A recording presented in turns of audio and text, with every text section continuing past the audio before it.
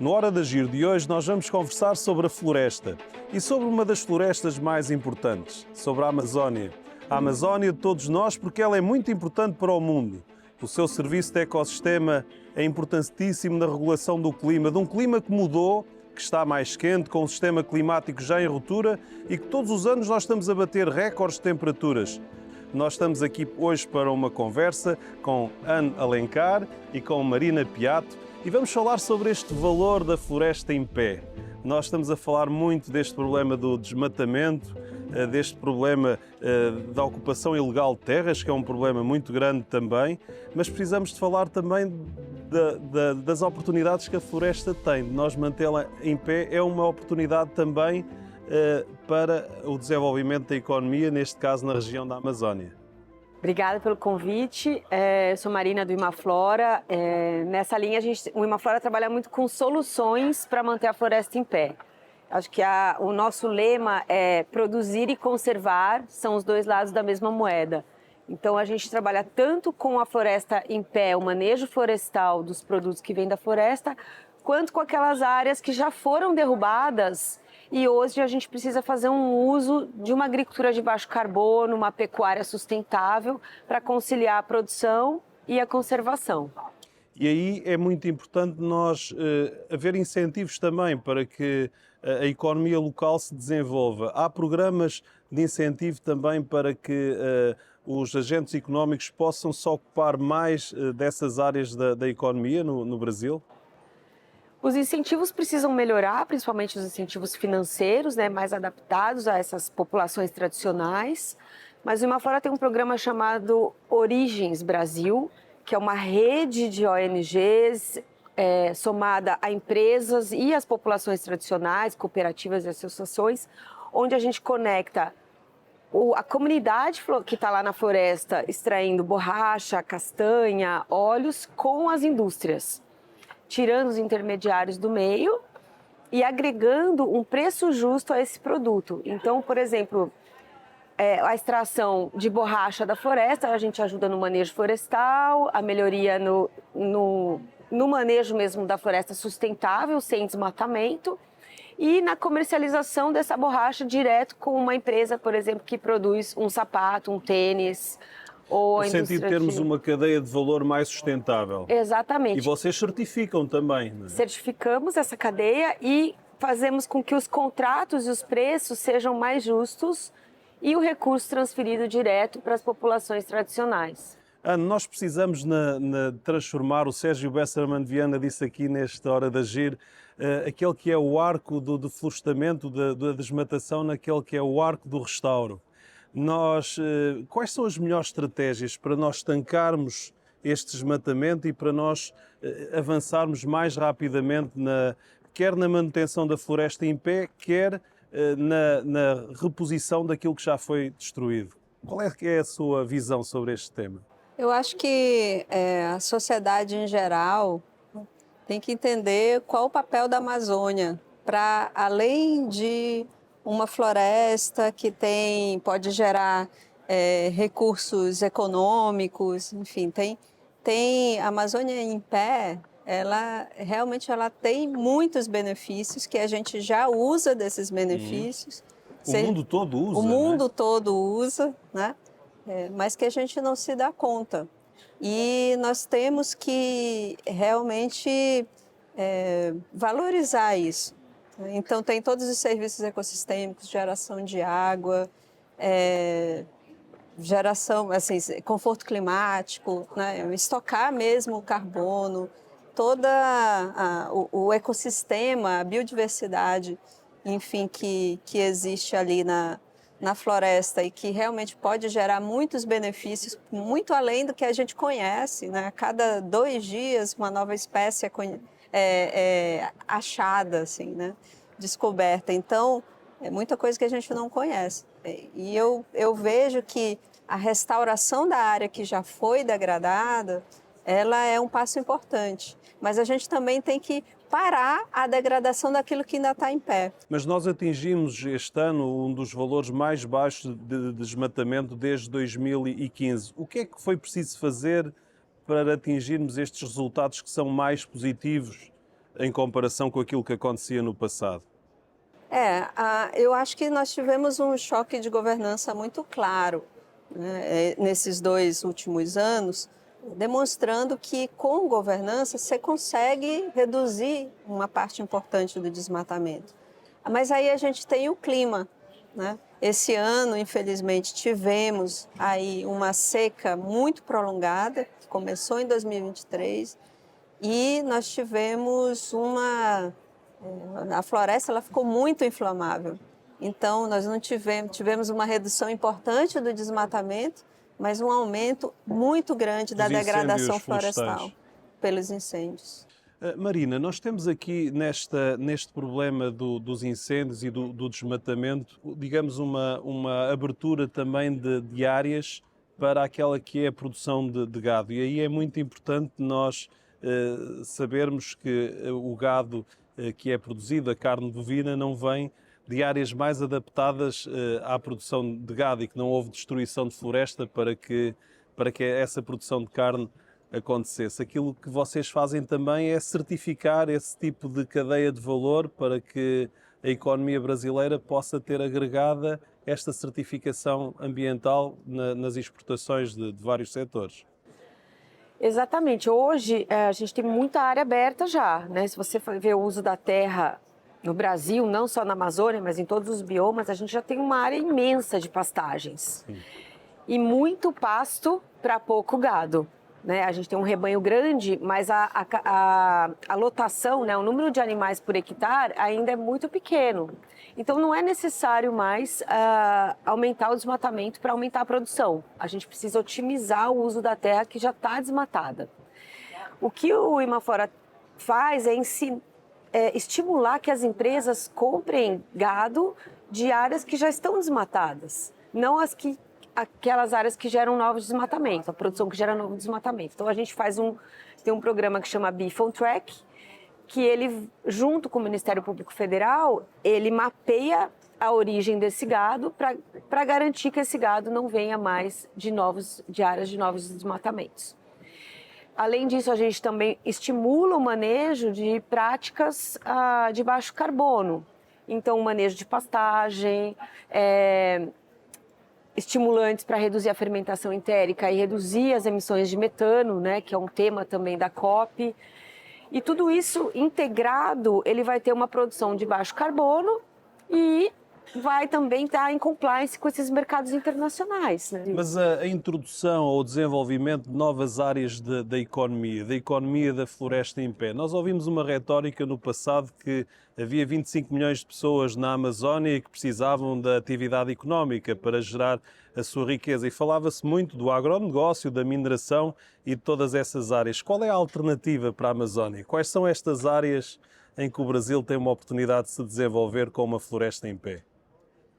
Hoje a Amazônia, a pecuária na Amazônia, a agricultura na Amazônia, ela também é consolidada. Então a Amazônia ela não tem só floresta. Então a gente tem que olhar para o uso da terra. A Ânia é super especialista em uso da terra, nesses números de uso da terra.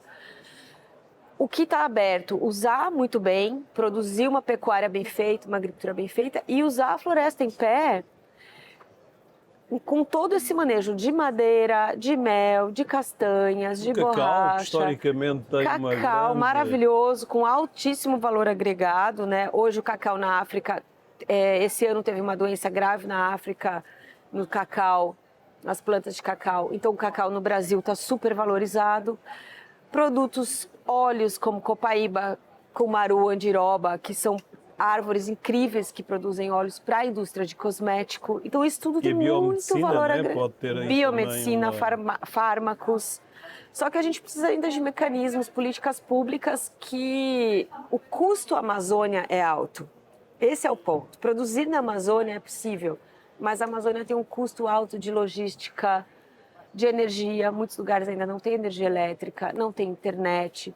Então, a infraestrutura, o custo para se produzir num lugar muito distante ainda é mais alto. Então, esse mecanismo financeiro precisa ser nesta melhorado. produção descentralizada de energia, com os painéis solares, com as baterias, pode haver um custo, um custo que antes tinha que ser usado nas linhas de transmissão, num processo muito centralizado ainda de produção de energia elétrica, pode agora ser descentralizado. Isso pode ser uma mais-valia que a tecnologia trouxe, com a redução do preço dos painéis fotovoltaicos e tudo isso. Podemos por aí aumentar, resolver esse problema. Por isso que a gente precisa de políticas públicas que melhorem essas condições básicas, né, de estrutura na Amazônia para que esse manejo florestal seja viável e chegue até o consumidor final e mantenha essas populações onde elas querem ficar e a gente valorize não só esses produtos, como a Anne falou, mas o modo de vida deles, o que eles geram para o clima, para o ar,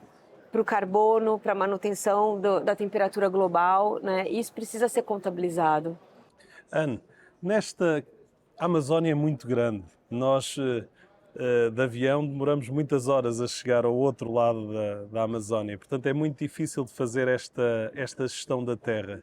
Como é que nós podíamos melhorar esta gestão de forma a que estas práticas e este crescer desta economia da sustentabilidade possa acontecer na Amazónia?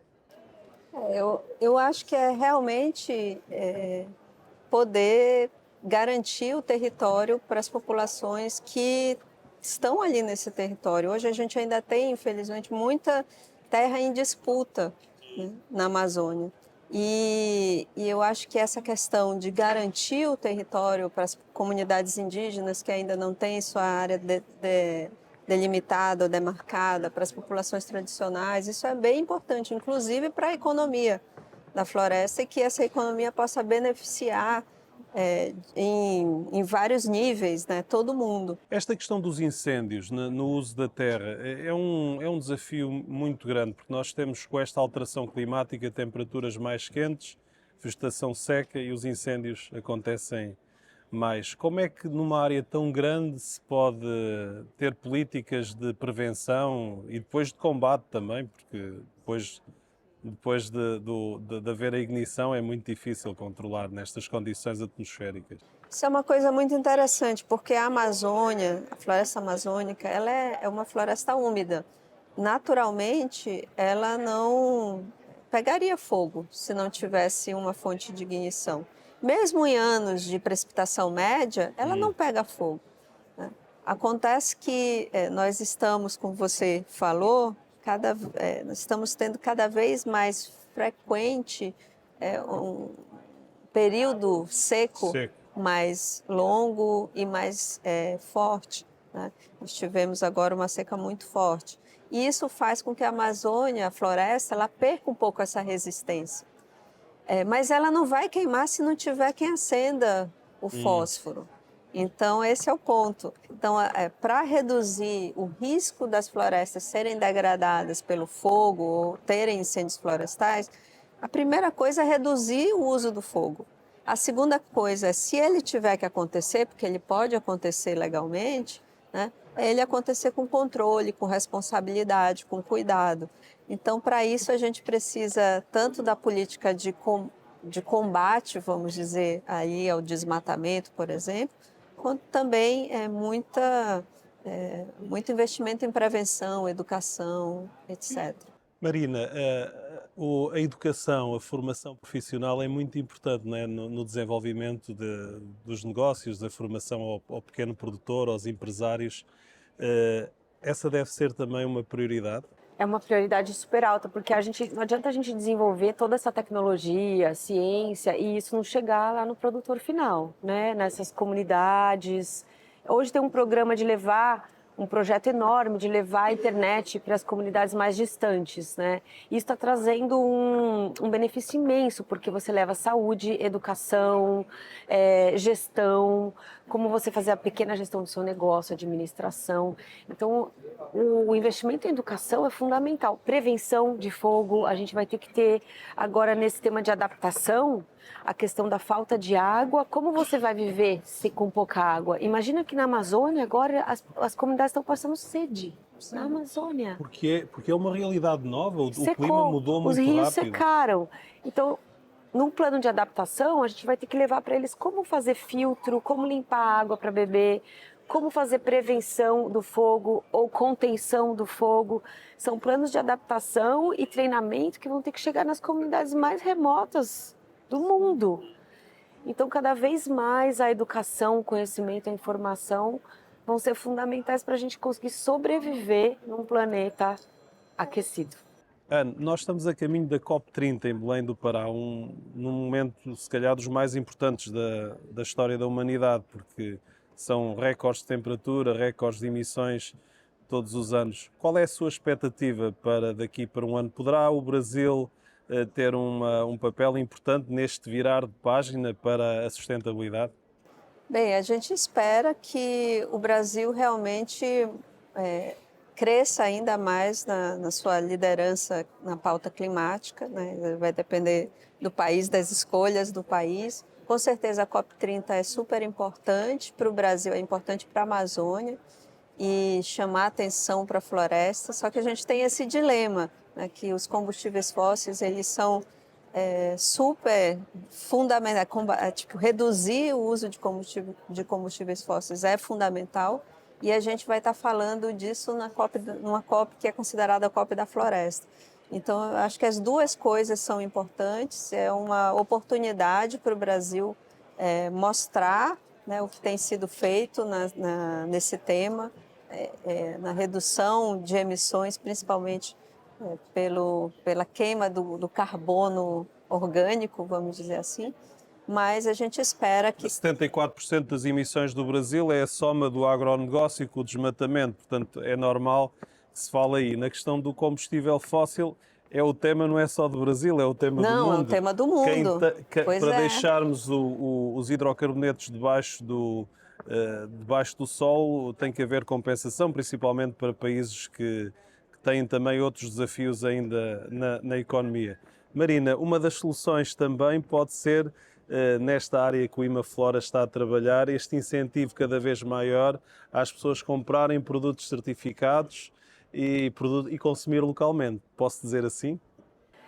Exato. O que a gente faz, assim, por exemplo, a gente está aqui na COP, né? COP30, COP29, Baku, Belém, aí a gente fala, legal, e a pessoa que está em casa, né? O que pode fazer? O que ela tem que fazer? Eles estão lá negociando.